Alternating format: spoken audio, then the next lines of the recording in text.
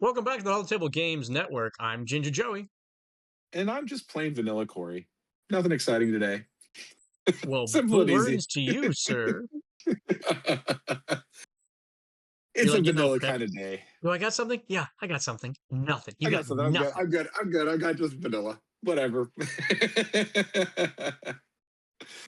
This is our weekly SWUmary where we recap what happened over the weekend of the world of Star Wars Unlimited. So, big one to this last weekend was this sector qualifier in London. Yep. Huge sector qualifier in London. Some 482 players. yeah, that's a big turnout. So good to see that. A lot of variety of decks there. And the top eight, I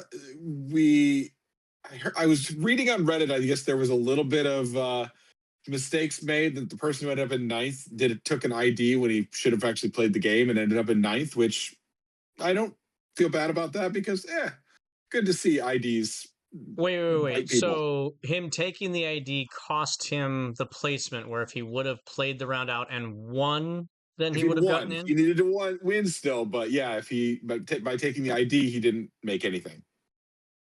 Well, he still got ninth. Yeah, still got ninth, but he didn't make the top eight, and that was the one. That was the Lando that was right there. So that's why Lando Lake Country is not showing up, even though we did have Uh, at least one perform well. yeah, I There remember was hearing one about that that. did well. Yeah, I remember Yeah, hearing about that, so but they weren't sure if that ID was the correct play or not. So, yeah, so be really careful with your IDs. well, When it all comes everybody's down trying to to game that system, you got to get that math exactly right.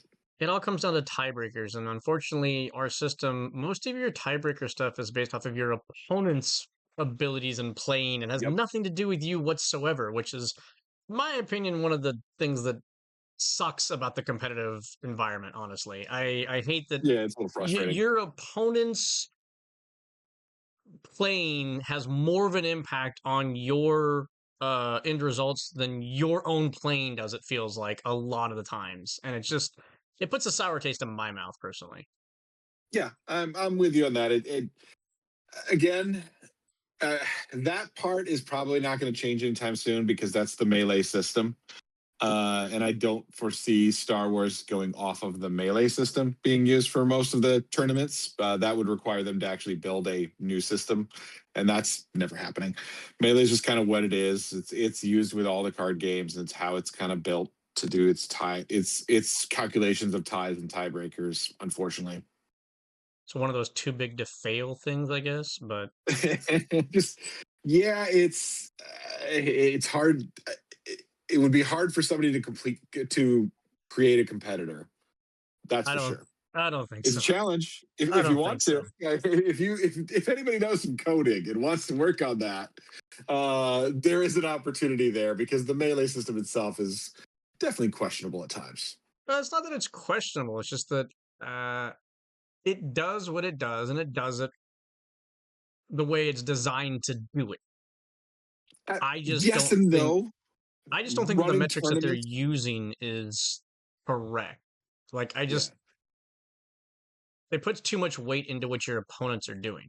I mean, like, and maybe I'm just being a bitter Betty about it because I had a very bad experience in one tournament yeah, where I played a game one against somebody, lost to them. Okay, fine, it happens. I can do what they call what? Submarining my way back into it. Well, no, the yeah, very next round they get DQ'd. I'm yeah, screwed. It's like I can't submarine anymore because they're out of the tournament, and then forever, like I'm at the bottom rung of every single tier that I won in. I had to punch out to win. I did, basically. I won, I lost only one more game, but that put me at the bottom of every single tier. I could yep, never achieve anything after that. And so it was all because of their metrics that they use because he was forever tainting my record, and I was the only record that got affected by it because he got DQ'd after me. So I was like, yeah, I got royally screwed over that tournament, in my opinion. And it's just that proved to me how flawed that system is. In my yeah, opinion, all you have to do is go back and look at the last three rounds. So in that way, when you get to round 6 and 7, how your opponents who maybe dropped out round 1 and 2 did don't matter anymore. You're still yeah, keeping relative uh good information going forward because they are the active players in the tournament, not people who have Yeah. dropped out or got DQ'd or anything else like that. It's anyway, I digress.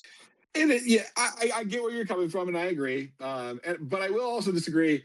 It's not just Melee does not do what it does well. Having run tournaments through Melee, doing that, it's clunky. It's really clunky, and it does not work great a lot of the time. I do recognize that. Hey, trying to have enough complexity to allow all these different card games design and tournament setups is complicated, but man, it does feel like there's an opportunity out there. If you know coding, there's a space available to replace Melee. That's for sure.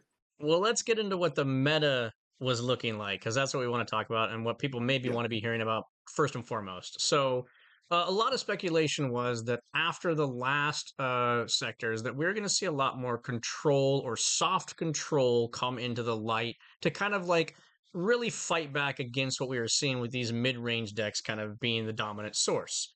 You see this most clearly with the Daedra Marrow Colossus as Yep. your big control that's coming through.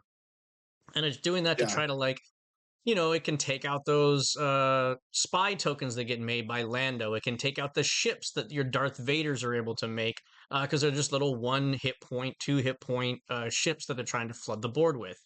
Sometimes this even works good against your Boba Fett's as well. But as we also see, the three big ones didn't go anywhere. You got your Landos, you got your Obi-Wans, and you got your Boba Fett's. And as Corey already pointed out, the only reason we're not seeing a Lando in the top was just a mathematical error. Yep. So, does Control counter the meta? Or is it just a side piece that can steal some wins from the three big meta decks? And it's just you got to hope to like still get through that same shelf. I think we saw enough control wins this weekend. It wasn't an overwhelming amount, but we saw a couple Deidras win. We saw a couple Aura Sings win some tournaments this weekend. You're seeing a lot more of that control coming back. And this is going to continue. Yeah, we got two Auras and two Deidras, or one Deidra that won. You're gonna see this continue. You're gonna see more control because the big two decks are dominantly our dominant decks are mid range. Both Lando and Obi-Wan struggle hard into these control decks. So you're gonna keep seeing these. Are they gonna take over the meta? No, not at all.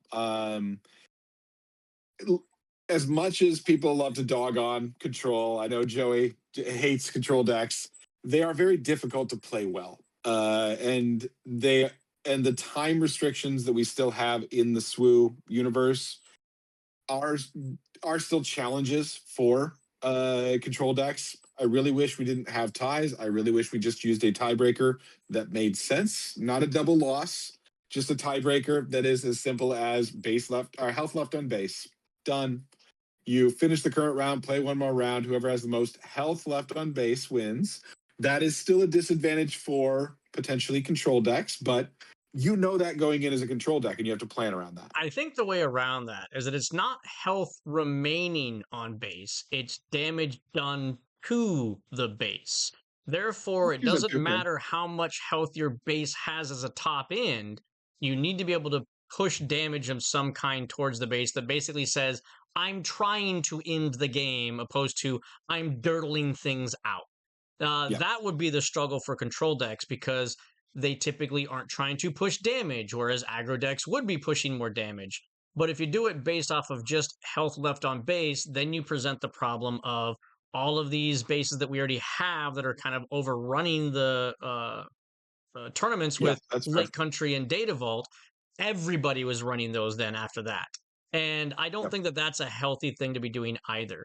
I think if you know that the end of a tiebreaker comes down to damage done to a base, then you have to understand that as a control player, you still have to have ways of pushing damage throughout the course. It can't Yeah. just be at the very end. Yeah, that could potentially work too. I'm not opposed to different ideas of how to do it, but I just think that they need to do it. That's kind of the bigger piece for me is, hey, this I don't like the ID system. I don't like people not playing out a tournament. If you're gonna have a tournament, people should play it out. Agreed.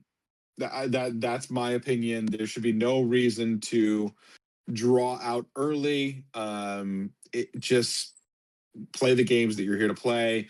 Give everybody that's on that border an opportunity to potentially win into stuff rather than just saying, "Oh, yep, I've lost enough. Now I can't because everybody else is going to ID out and I'm out." Right. Not fun, and I'm not a fan of it. And so that's the one thing I would like. I hope to see them address after Galactics. I'm not sure they will.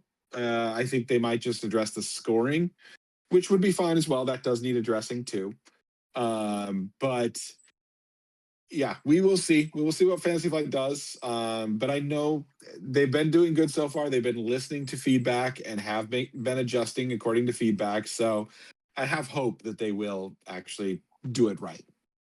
So one of the bigger decks that has been seeing a lot of play, and it apparently took 2 PQs, are these Yularen aggro decks. These are Yes. basically your akin to Leia when she was doing the Rebel action conservations. You're going to get 2 swings in for every action when he's able to have a different costed units swing one right after another. So these are able to fight against the mid-range decks because they're able to push the damage.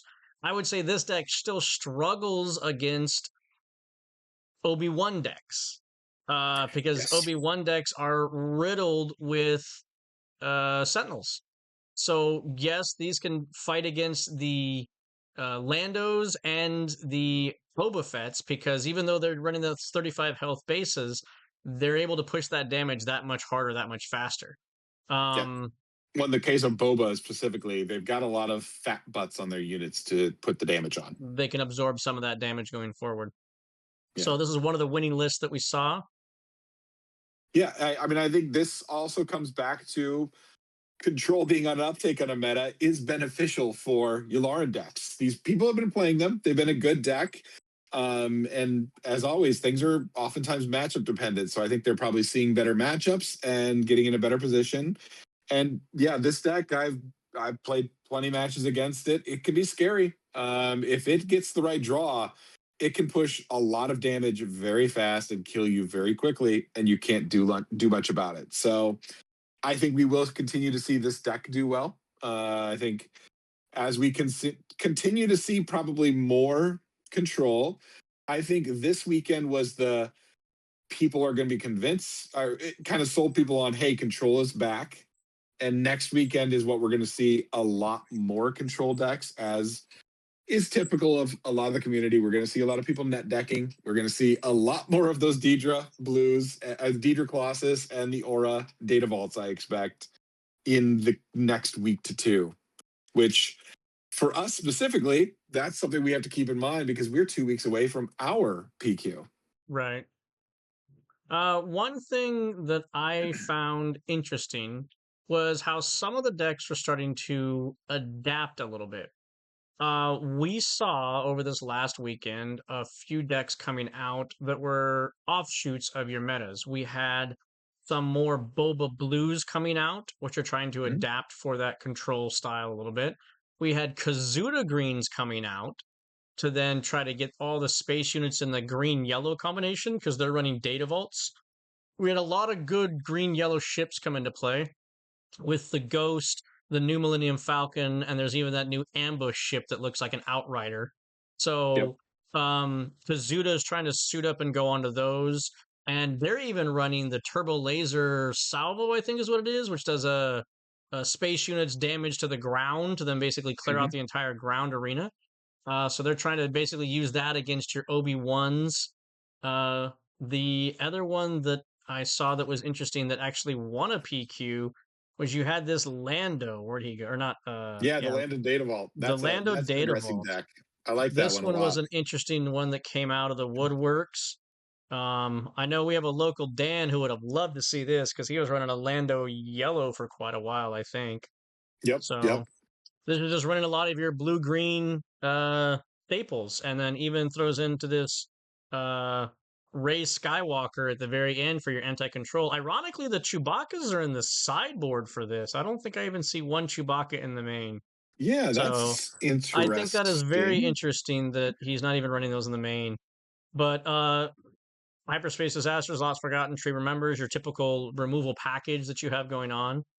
Hmm. Um, but yeah, so this is the Smuggler's YT. That's the Outrider uh, Yeah. ambush ship. So, and then this is the package that you're looking at. Like the Kazuda runs this stuff too, but you got the Blue Leader into the Eager Escort into the Smugglers, and then Kazuda gets to run Fireballs as well. That's a lot of ambush base units that are then able to like take out your Lukes, take out your Vaders, and really take out a lot of your Boba ships and stuff like that, so they can compete hard into Hmm. that field. The one thing that I think both of these decks would suffer from is upgrades, aka condemns, Shadow Yep. over Stygian Prime. They have no way to deal with those. And so a good control deck that's running those is going to shut these kind of decks down very efficiently. Hmm. So Yep. Yeah, that's going to be the interesting back and forth that we're going to see. And again, I don't think the meta is stable. We don't have a dominant deck. We have surprise decks that can pop up. I like to say Lando Lake Country was a surprise deck. Nobody saw it coming, but yeah, it was a very, and people knew Lando was good. There were variants of Lando already starting to do very well because resource cheating is always great, but it's not overly dominant. Same with Obi-Wan Blue Force. It's a very good deck. It's not a dominant deck. So I think we're kind of gonna be at a stable point for the rest of this meta where it's gonna be a good mix of decks. And you can, as I mentioned before, if you've got a deck that has a good game into a couple of the big decks, your Landos, your Obies, and your Bobas, you might be in a pretty decent position for a PQ and maybe to be the surprise Lando Data Vault deck of your PQ. and I think that is the big key is it's rock, paper, scissors. You can't beat all three. Can you beat two? If your Yep. deck is good into two, run it. It's you Yeah. know your deck. You could surprise somebody. Maybe you catch the deck that you're not good into with their pants down, and you take the game from them, and then you're fine. Because this game does have a modicum amount of luck that just has to go your way. Yes, you need to know your lines. Yes, you need to have a consistently performing deck that doesn't fall on its face like every other game. These are all things that you need to have, but as long as you can hit two out of the three major matchups you know you're going to be seeing, which is Boba, Lando, and Obi-Wan, then you're fine. Run your deck, Yep. don't worry about it, and say la vie, whatever comes, comes. And there is an advantage to playing a deck that is not part of the meta. Playing something off meta invites your opponent to make mistakes, especially in that crucial game one. If you win game one, you're in an advantage at that point. You're definitely going to get at least one more game where you have initiative. You're in a good spot right there. So being able to come into that game one and have your opponent go, I don't know what this deck does, is a very good position to be in. That's Joey's shown that plenty of times in his runs. I'm feeling like I have a pretty good spot of that with my deck that I'm planning to bring the PQ as well. That I don't see anyone running it, and I'm knocking on wood that we don't see anyone start running it this next weekend. I want it to be just quiet for a little bit longer because I do think it's a very good deck. Then you better stop But talking about it. yeah, nah, we don't have that many viewers. We don't have that many people watching. I'm gonna have this record afterwards once it does blow up of going, yeah, I was talking about that deck way back. Look at the video recording that we have of me saying, hey, look at this deck. It's really good. Well, with you talking about the diversity, let's jump over to the SWU stats. Yeah, And if we look down at the top eight, that's a pretty balanced color scheme yeah, right there. that looks good. I like that. So I would say my only thing that feels weird is this Is one, none. Yeah, I wish that was not so high, but is the none. And it's just uh like, what? And like if you come back over here and go to bases, this is where it gets funky to me.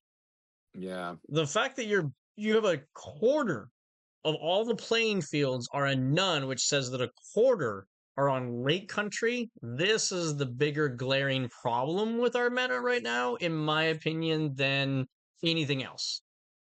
Yeah, and I Um, would agree on that. I don't love it. Unfortunately, we probably have two more sets of Lake Country and Data Vault. I don't think Fantasy we don't Flight's know going to that. do anything about it. And so I think with just two more sets, they're going to be the bases. You should be building a deck in those if you have those color or those options as well, colorless or green. We don't know what the rare base of the next set's going to be, so That's true. I Things could I change wouldn't. with different rare bases. I have a feeling it's going to be advantage related and probably not that strong then, but we'll see. uh, what, the bases? Yeah, No, because only two colors deal with advantage tokens. Two colors deal with uh the unit tokens. that's true. Yeah. So Yeah. It'll be interesting to you might see. have a base that does advantage stuff, but I don't think you're gonna have multiple bases that do advantage stuff. Yeah. Yeah. We'll see. But I do expect we'll probably see it continue to be dominant. That's my thought at least. Sure. So it just means that you have more base damage you have to chew through. Yep. Exactly. So So yeah, I mean it is but it is, as you were saying, going back to that, it's still very well diverse. Like, mhm. yes, we're seeing a lot of that, but we are seeing a lot of all the other colors as well. So we're seeing good distribution there. And yeah, as mentioned, you've got in the top eight, you've got 132 different decks in the top eight. So that's some pretty good numbers right there. A lot of one ofs, a lot of decks that people were not, ready for. And it was able to make its way up. I mean, they're not all decks that we've never seen before. I do like that there was a Rio Lake Country that won one. That's that entertains me a lot. But Honestly, yeah, I was looking at doing something like that because I was looking at more like a Rio Blue yeah, and possibly looking at, because in this meta there's again only about 6 to 7 ways to get rid of leaders anymore yep, without just straight up running somebody into them. So yeah, if you can find good ways to suit up leaders, uh that's going to work. And Rio is a 5 flip with Saboteur. Whether yeah, you're in space or you're on the ground, if you can suit him up and you can start just punching in damage, you potentially can get there. The new Han is the only other one in the set that comes out yep, early as a 5 drop that has Saboteur. Everybody else that can have Saboteur comes out too late, in my opinion, yep, because you're really looking to get like that aggro punch going, which means you need that 4 or 5 drop leader to hit first. yep, So, exactly. but Yeah, yeah, so it's we're seeing a lot of variety. So that's the big key, and that's what I think it's always worth thinking about. You can see an idea of what you'll probably see a lot of when you look at the overall turnout. Obi-Wan, Boba, Lando, top three decks. We do see a lot more of Darth Vader cunning. He's never gone away. He's not going to go away. I think we might even see a little bit more of a resurgence of him as we see more control move into the meta because he's the counterpoint to a control deck. They struggle hard against Vader's go wide strategy. and Vader's really the Um, only deck that can efficiently go wide in the yep, in totality of all the decks right now.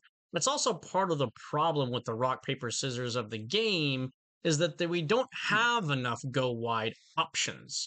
It's yeah, literally Vader is it. There's a couple other ones, but they are, like I said, not consistent in any way, shape, or form. yep, exactly. So you're going to see a lot of variety, but you need to know at least your main opponents and have an idea of what their game plan is going to be so you can be prepared. One of the most interesting decks I saw from the stream of the London games, because they catch a few of them, was the Dryden Voss blue deck that was trying Oh, to do the Force stuff, and it was utilizing things like Darth Nihilus. You're able to get a Darth Nihilus into play on Dryden's flip turn with a ambush, so it gets both 3 damage activations, the when played and the on attack, and it gets 2 experience as long as you didn't hit vehicles with them. So now you're swinging with an 8/8 at somebody after doing 6 points of damage. That was gross to watch. Yeah, And I very think that gross. the only reason that that player lost their win it in, so to speak, was because their draws just crapped out on them, honestly. But it was a very fun deck to watch, especially being a bit of like an outsider rogue deck. It actually got my brain thinking and trying to come up with some stuff. So I've been Yeah, dirtling with a little bit of the Dryden Voss. I have a different take on what I would do with it, but I'm not going to spoil that for you here. That there might you be go. for Yeah. that might be for another Third on Thursday video. But Yeah. What I also want to, I do want to call out also just in the overall, just the decks that showed up. I do see if we just look at the full list of all the decks, there was one Poe yellow splash base that popped up. I wonder how similar that is to my deck. Out of curiosity, are we looking at this one? I it's the bigger overall, just all decks, not just winners. Oh, where are we Um, going? yeah, I'm looking at all the Oh, decks just because I do love to see those weird one-offs that show up. And I like to see a deck I've been championing. I don't know how similar exactly this one is to mine. You're just looking at leaders, not leader and deck combo. So that showed up. It only got a 50% win rate. And honestly, it's not it I'm not playing it because it's not strong into it struggles against Obi-Wan and Lando both. So not that one. There's actually a splash base one that is probably using Chewbacca like mine. It was just a one of though. It's at the very bottom, of course which it is is. fun. Yeah, yeah. I like to look at these weird things and just see what people are bringing as weird decks. I'm surprised we don't So see more of this. Padme Red is another one that yeah could see more in the future. That seems like a decent deck. That seems like a Espe- deck that maybe needs a little bit more, but might get help in the coming sets as well. if Vader starts popping off because Vader won that or won the sector, Those Padme just pings are starts very pinning nice. the Yeah. crap out of Vader, and I just don't think Vader gets there against Padme at all. Yeah. So Same that with could be an Red Vader. interesting, Red huh? Vader has another one that Red Vader. Oh, This the sets Vader. yeah, the OTK Vader or whatever. Yeah. Yeah, those type of Um, decks that can ping oh, this damage one. are going to be powerful against the Green Vader deck. Yeah, so we had a post yellow splash base. I really hope that's similar to my deck. But again, I just don't think that deck has good matchups right now, which is why I'm not running it. I think it's a good deck. It's just Obi especially is brutal for that deck to try to go against. Like the Lamasu here. Llama Soup. Yep. Trying to catch people with the incredibly stacked Lamasu or other units there. Axe wolves with disgusting things on it. It's also interesting that like everybody dogs Boba as the Yep. indirect damage, but we also haven't been seeing as much as people were talking about it. Kiet Blue as kind of the control counter. It just doesn't seem like it popped off the way people thought it was going to pop off. Yeah, you're still seeing people playing a lot of Piet Blue and Piet Red. Both of those Piets are popular still. Yeah, I think the decks are struggling right now because I would argue both Obi and Lando can pretty easily outpace those decks Hmm. and just run them down. Even though they get something big, they have the Lando and Obi decks have something bigger to finish it off. Liberty is a pretty hard shutdown for Piet. That's rough for him. So I think, and then yeah, like Obi-Wan can just he does not have an answer for a Gungi with a constructed lightsaber turn one. Oh, that's a problem. I'm getting run over now. So like things like that is I think what causes him to struggle a lot right now. Um, I mean, he's got tree Kiet remembers. Blue has an He has answer for that. sorry. It's Yeah, called blue does. Condemn. Yeah, that's true. Piet Blue has condemned. That what am I saying? But yeah, I just don't think they can slow down those decks enough right now. But if, as you mentioned, as you said, if control starts coming up more, Piet is very good against control. Those big ships have very good control options within them. So I see. I'm people. I don't understand that comment because anytime, any deck. that is only dropping one unit at a time per turn sucks against control. Well, the thing with Piet is he's dropping ahead of curve regularly, and you only have so many removal options in a control deck. You don't have 50 million like you used to in the past when you had, 3 Power the Dark Sides and 3 Merciless Contests to just cheaply get rid of a lot of single things. Nowadays, there's not as many options, and when Piet can just keep dropping big thing after big thing after big thing, they don't have the answers for it. Tree Remembers does not help much against Piet. Things like that. Like a lot of what's being run, most decks have 2 to 3 no glories. That's really their only good removal against Piet. Condemn, yes, can slow him down by condemning some of those ships, but they don't have enough options to slow him down, is what I think is the problem for control. See, I just don't see that. I I see way too many cards still that are just universal. I can get rid of your unit, and it doesn't have a restriction on it. So it's or basically I can make your unit inept. Condemn makes them inept. That's basically your whatchamacallit, your Power the Dark Side. Right after that, you can roll into depending on what your color combination is. Say you're still in blue, people don't like the card, but display piece is a 4 cost removal of anything you want. 5 drop then turns into your no glory only results, or even the governor's shuttle, which is basically a cantrip. I lose mine, you lose yours. But if you're only dropping one, Yeah. it doesn't matter. That's a pure removal at that point in time, and that can hit leaders at the same time. Turn 6 is lost and forgotten. 7, you Oh yeah. start getting Also into your forgotten. Yeah. AoEs, like you have your Rhydonium detonation. Like there's still you even go back to 4. Your 4 drop, you could run um the one that bounces, the Force of Will. It's a yellow Yeah. card that bounces, and it bounces universally any target that you want. There is no restrictions on that. There is still a plethora of absolute unrestricted removal cards if you build your deck around it. So I disagree that there just aren't the options. That's fair. No, that is fair. I feel like it's hard for them to get enough of the correct options to shut it down quick enough. But That's that's just just my card feeling. draw in the game. I mean, Yeah. it's hard enough for me to get like the aggro units to overwhelm you, because if I just don't draw them, I just don't draw them. I mean, That's that's fair. card draw.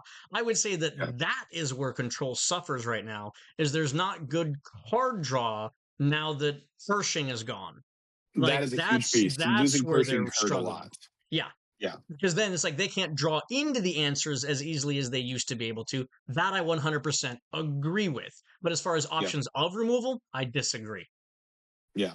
No, I see what you're saying, and I do say yeah. I do agree 100%. Card draw is the number one problem for control. That's why you're seeing Deidre as one of the main ones, Yeah. because she has a built-in card draw or kill, basically. Yep. Well, not as a kill, but at least damage. So Weaken, she whatever has you want that to call it. option for Yeah. one at all times, and that is why people are playing here. I will say most of the time it's usually better to let her do the damage when you're playing against her. It's going to be varying by game, obviously, but in general, you do not want to give a control deck more cards. That's that's not number one thing you want to try to avoid. Well, I think the crazy thing with Daedra is also that even as a control deck, she's still running aggressive negotiations, which kind of turns her a little bit into an aggro deck at the same time. Yeah, she can So, do damage if you let her. yeah, it's like she's kind of in a weird, like, middle. Like, people call it soft control. I call her soft aggro. It's like you I mean, you you can what do you call my Thrawn deck? I don't know. It's like aggro control. It's a weird little deck. your Thrawn deck is suicide aggro. Yeah, there we go. It's such an odd deck, but I mean, I would argue it is control. It's playing 3 no glories, 3 condemns. Like it's playing a good control package with it. I think that goes back to what your definition of control is. Yeah. So, to me, control is removal. If your cards that you bring into play are doing something that removes another card, then it's a removal package. I would even Yeah. consider cards like even back in the day when people were playing Mace Windu, the 6 drop. that, oh, you can Yeah. use the force and do 4 damage to something. That's a removal card. It's a unit with Yep. a removal capability to it. So and it feels like those are the types of cards that by and large get played because that's what the system wants you to do. It wants you to put your unit into play and remove their unit. Great. Now Yep. you're on the upper hand. And then if you didn't do that, you're kind of screwed. Hmm. Yeah. Yeah, it's interesting, and yeah, I think that is what you're seeing. I mean, I would say, yeah, the Deidre deck is a little more unit based, very soft control, even yeah, just a soft aggro-y kind of control.